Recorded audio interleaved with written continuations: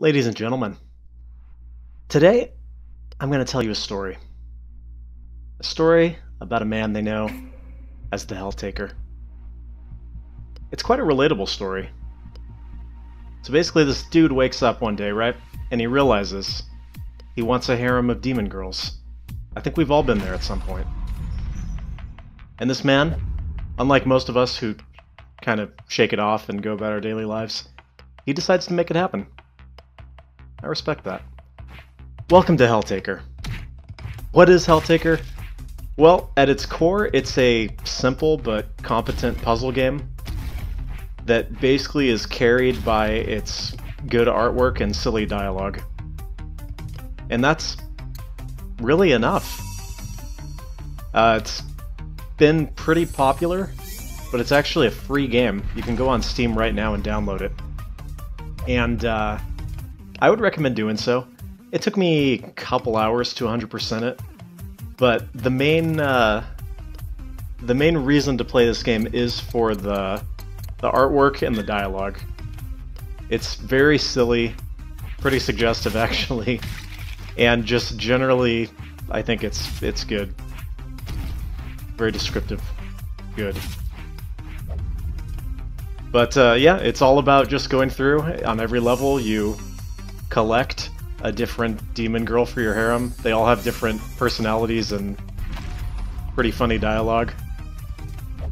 I do enjoy that there's a hint button, and generally you don't actually get hints. You just get like more sarcastic dialogue, which is pretty funny.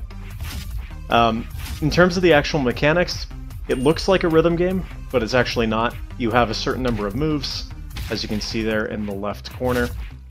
And generally you have just the amount of moves that you need to complete the level. So if you waste any time, you're generally not going to make it. Stepping on the spikes will take an extra move away from you, and kicking something will take a move away. And that's really it. There are a couple more things, like sometimes you have to get a key to go through a locked place. Sometimes you don't have to get a key, as in this level.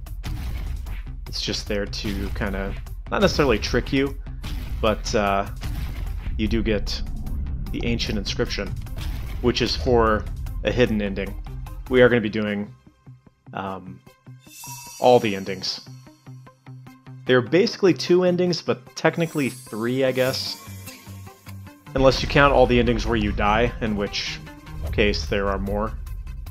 But you basically get those by choosing the incorrect dialogue option at the end of the level, in which case you were murdered horribly.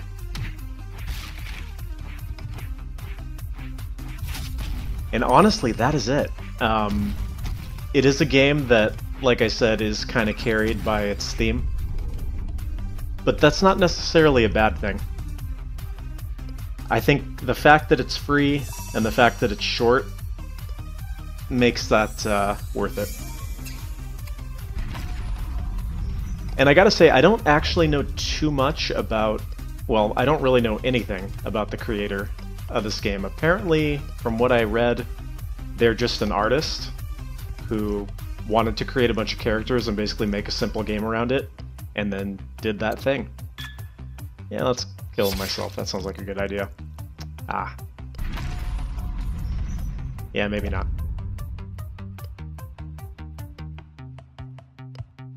So this level will get you one of the secret endings.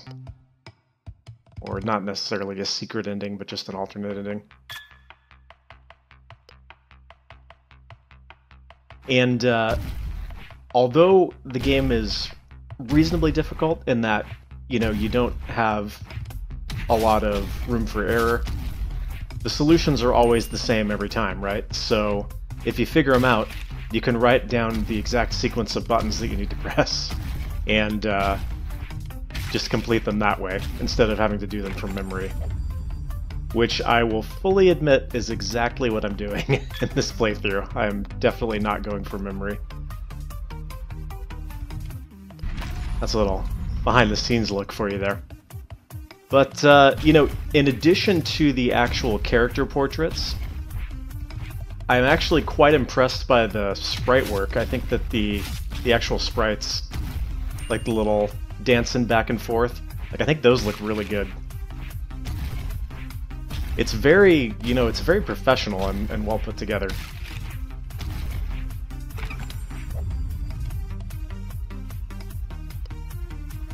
And we're kind of hurrying through some of the dialogue, but hopefully you're reading it. It is funny. Like I said, it's super sarcastic and cheesy, but I find it pretty funny.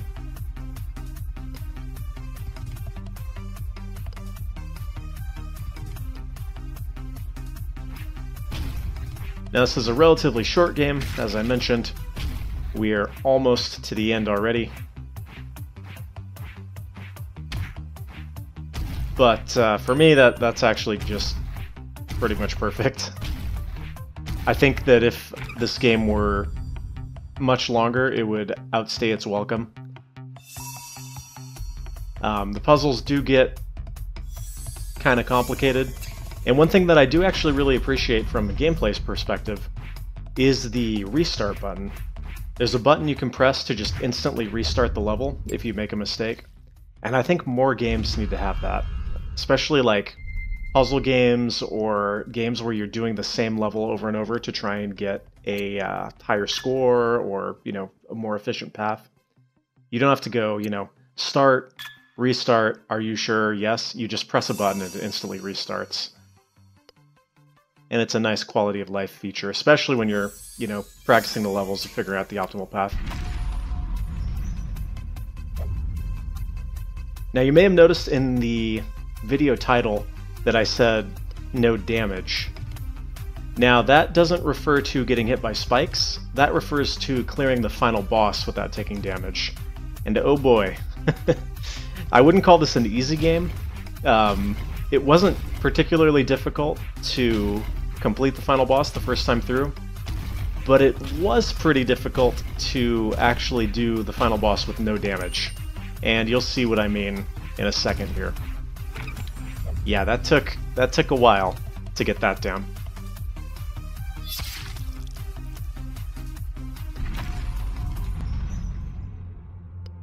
So here we are.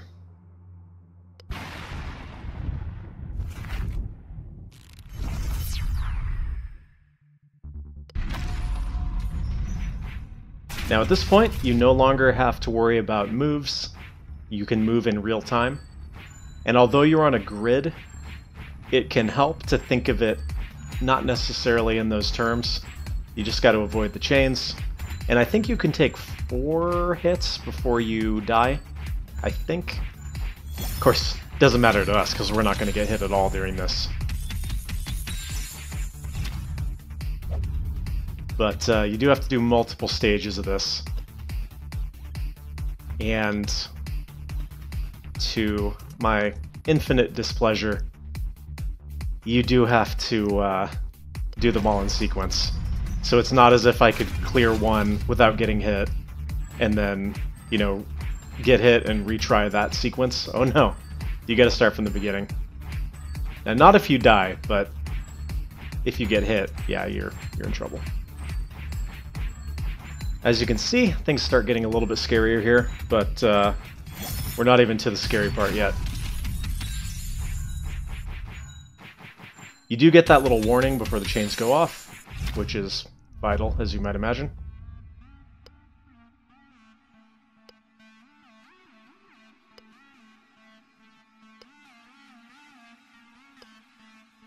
On the roll. Alright, now things start to get a little scary. So many losses on stage 3 and 4 of this fight.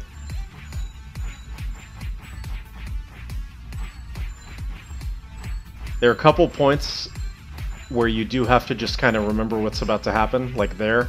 If you're in the middle, you're not able to get out in time. You will get hit.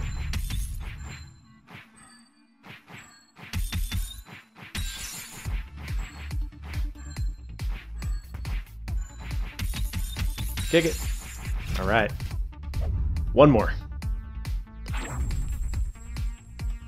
Now, in most of the levels, the dialogue options do matter because you'll die instantly if you pick the wrong one. But in this part at the end, it actually doesn't matter. You can choose whatever.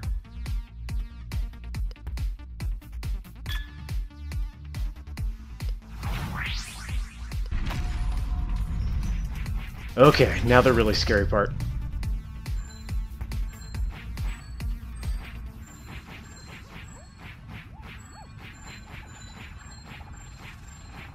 The pattern kind of makes sense once you learn it, but there are a few points where you just have to know what's about to happen. Almost got hit there. Ugh. Alright, home stretch. In one of my failed runs, I did actually get hit on this portion. I was not too happy about that.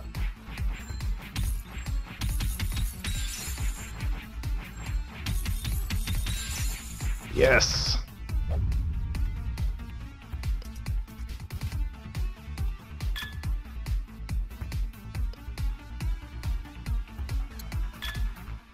I chose option 2 there. Like I said, it doesn't actually matter. You get the exact same result. I just did.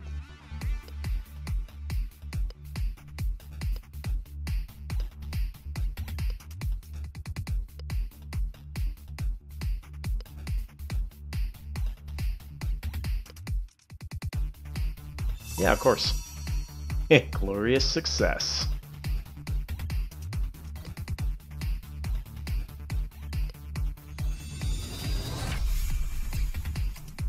And that's it. That's the game. All we have now is to go through the epilogue.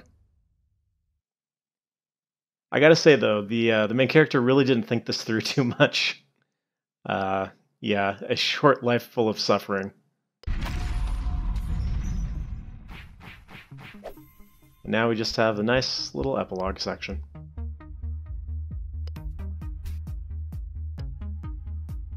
By the way, these are called pancakes, but actually aren't they crepes? I don't know. I'm no expert. They do look delicious, though. I will say that much.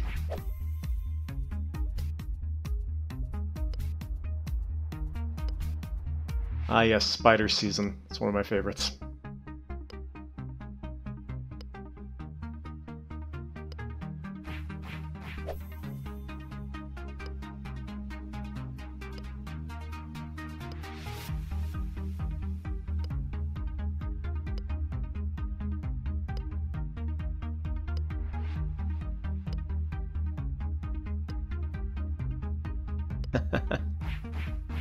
See what I mean? The dialogue is so silly, but it's funny. I like it.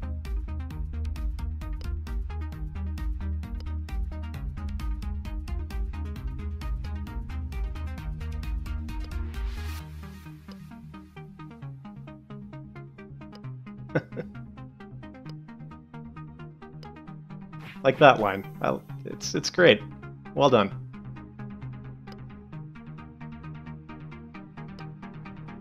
Also, this commentary on the state of modern media. It's hard-hitting right there.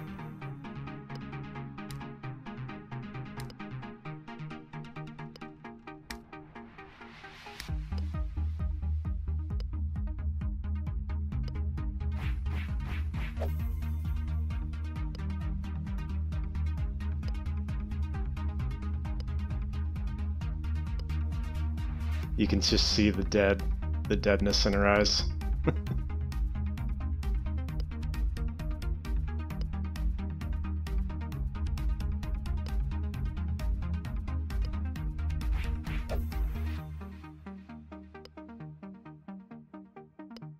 Yeah, that is definitely the face of mistakes were made.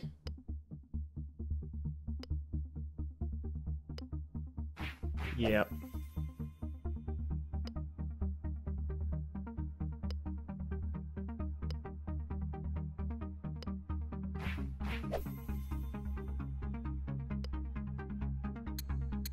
Alright, let's end the game.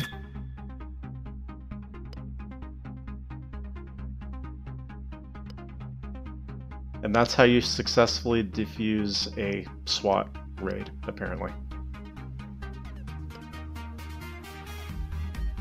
It was a silly tale, but I enjoyed it. I hope you enjoyed it.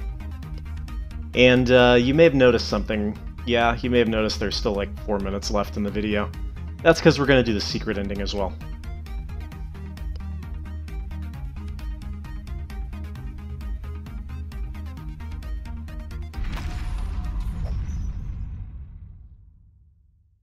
Yeah, not a lot of people had worked on this game. Basically, one person made the game, the rest of the people did the sound. So, that's cool. Now, the good news is we don't have to do the entire game over in order to get the secret ending, because there is a chapter select.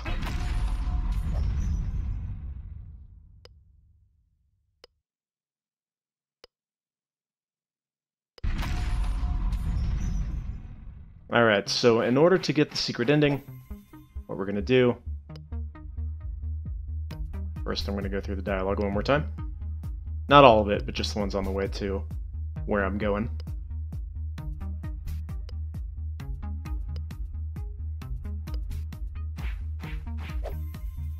So what you're doing is you're making your way over to the rug, and you're going to input a particular sequence of button presses.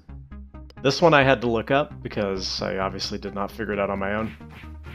Here we go. Stand in the middle. Down, up, right, up, left, down, left, up, down, right, up. And there you go. You've opened the portal. And hey, I've seen you before, you're the narrator.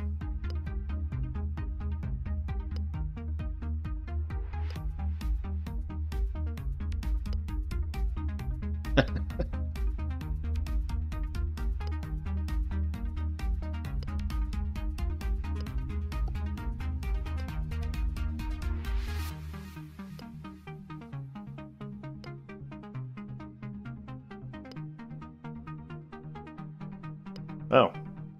Well, then I definitely don't want to step through that portal. Seems like a very bad idea. But I'm totally going to step through the portal.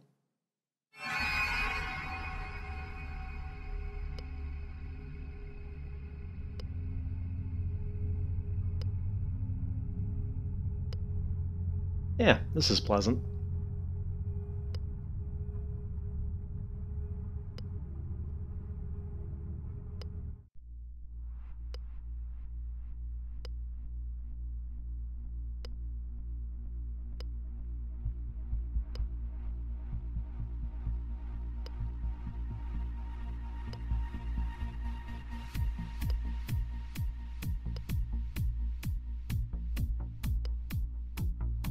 And of course, you probably saw that coming.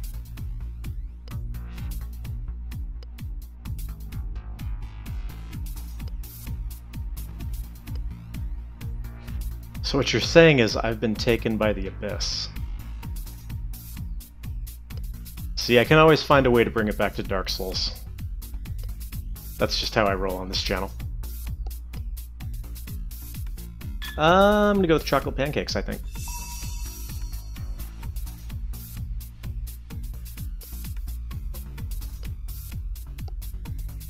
So, that was the story of Helltaker.